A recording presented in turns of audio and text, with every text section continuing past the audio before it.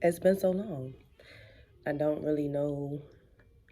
I keep saying I don't really know what to say. Like I'm not just gonna flow. But the whole purpose of this, and I'm sure I'm gonna have some bloopers, but it is what it is. That's the rawness of it. That's the realness in it. But it's been in my heart to really get back on the YouTube. Not even on a consistency. I'm trying to get money level.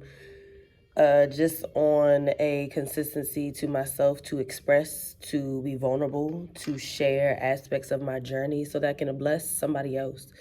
That's the whole purpose of human connection, in my opinion, is to be authentic in your words, in your love, and your attentions, in your heart space, and sharing that. That is all about testimony. And I've been through a lot emotionally, mentally, really emotionally and mentally, physically too, in the past 5 months, but realistically, mentally and emotionally, just as faith and growing in aspects of who I am and where I currently stand in this journey. So I'm gonna be everywhere. I really don't have like a list.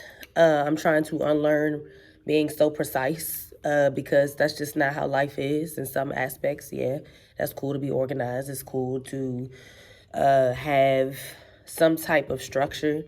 But realistically, for me, that sometimes often looks like rigidity. So all that being said, let's get into it. So, Mama is pregnant. Mama is pregnant. And our water retention is real. It is showing in my face, but that's okay. Pregnancy has been, first of all, where do I start with that? It was not necessarily planned for sure. It's not like my husband and I were that couple of, oh, during this time, it's time to do this. We were very much planners, and we want this to be set up. We want this to be set up. We want this. But God had definitely had other plans.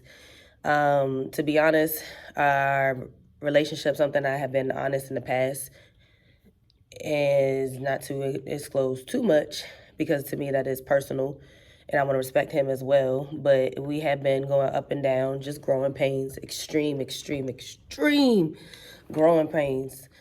And if you're not married, I don't really even know how to put into words the intensity of growing pains as an individual, but specifically as an individual who has a significant other who's also going through their growing pains. It is a lot of shadow work. It's a lot of inner child work. It's a tons and tons of accountability. When I tell you it is tons of accountability, like I'm not even,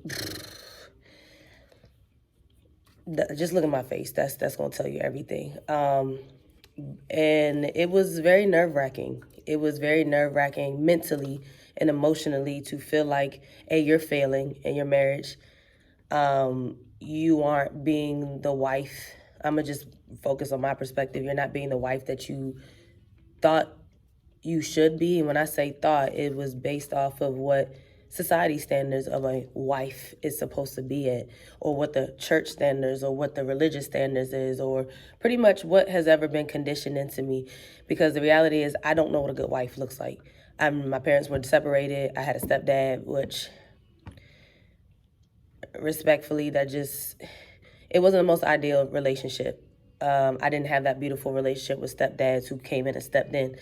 My dad was a part of my life, but not really. He wasn't in the home, and I didn't realize how much of an impact that was to the structure of identity, of seeing healthy relationships, of cultivating that. So it was a setback within itself. My husband and I, we went to not premarital. Yeah, we did premarital too, but we went to counseling as well. But I don't really want to focus on two aspects of that, too deep into that.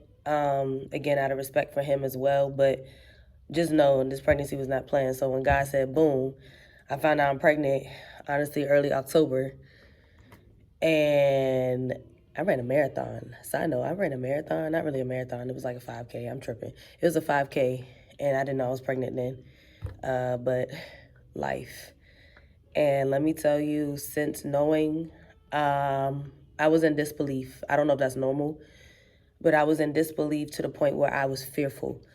There were so many insecurities that came up, and I'm one to really, if y'all know me, I'm one to really love kids. in many shapes and forms, from babies to my jobs, meaning like I worked in kids on the autism spectrum. I worked with kids with disabilities. I worked with kids just pretty much on the majority of my jobs and in my life. I have nieces and nephews, tons of them, because I have a very blended family. And when it comes to having my own, there was a lot of self-doubt and fear of, can I do this? Not even on just, can I give birth? That was a whole nother level. Is, can I be the best version of a mom, just like the wife thing, that I was creating.